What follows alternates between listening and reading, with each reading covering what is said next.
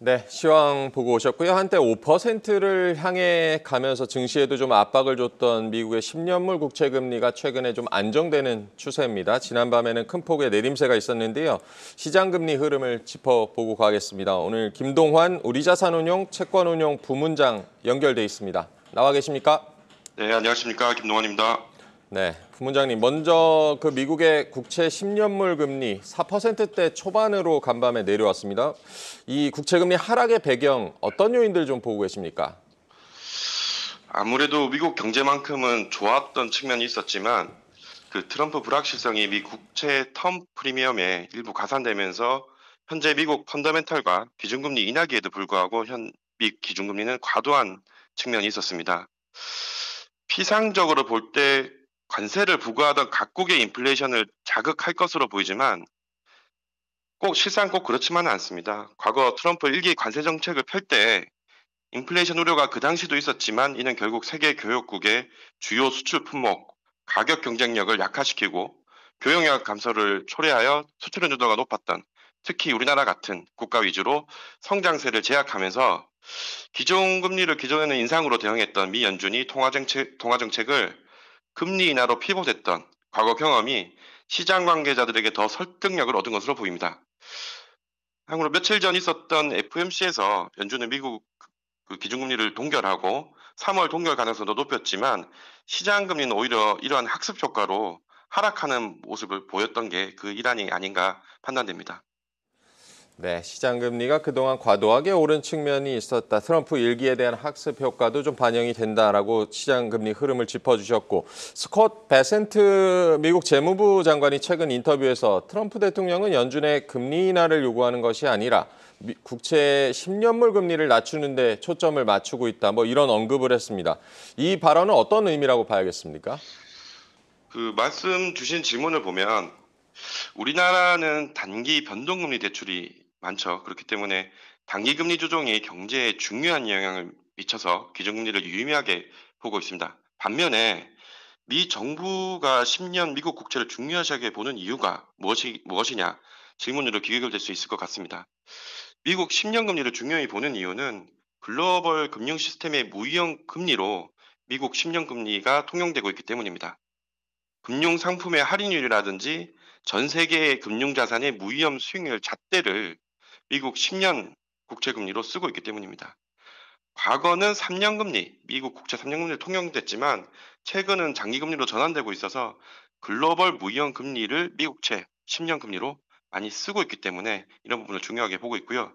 또 실질적인 측면으로 들어가 보면 미국 국채 10년은 특히 개인들에게 영향을 많이 미칠 수 있는 모기지 금리, 또 기업 부분에 영향을 미칠 수 있는 기업 대출 금리, 또 장기 투자 프로젝트 평가 기준 등의 잣대로 이 10년 금리가 쓰이기 때문에 이 10년 금리 하락이 각 경제 주체별 차입 비용 하락과 같은 비용 하락으로 영향을 주는 지표로 볼 수 있습니다.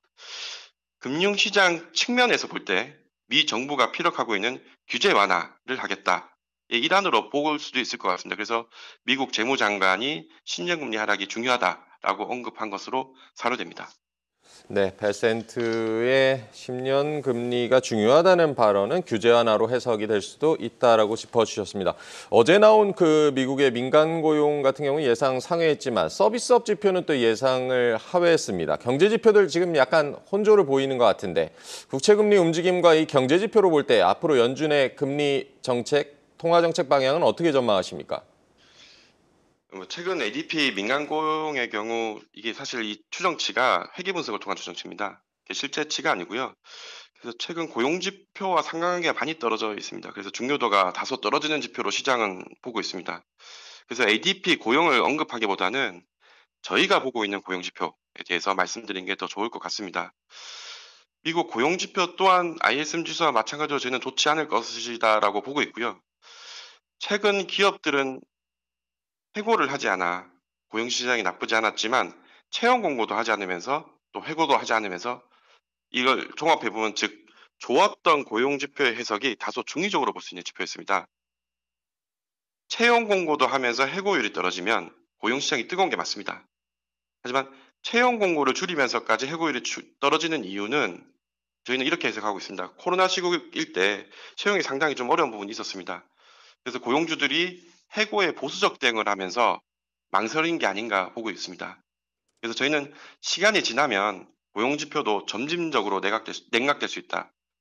즉 해고율도 올라가면서 잡 오프닝, 그 채용 공고도 하락하는 그런 부분이 ISM 지수와 계를 같이 하면서 조금 슬로우해질 수 있다라고 보고 있고요. 이에 부침은 있을 수 있으나 미 금리의 하락 재료로 저희는 될 것으로 보고 있습니다.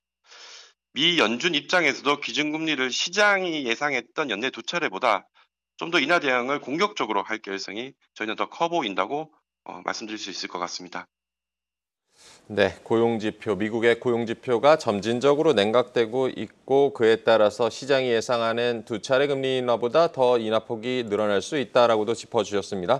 지금까지 김동환 우리자산운용 채권운용 부문장과 얘기 나눠봤습니다. 오늘 말씀 고맙습니다.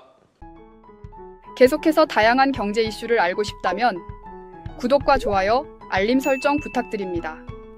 AI 캐스터 권미정이었습니다.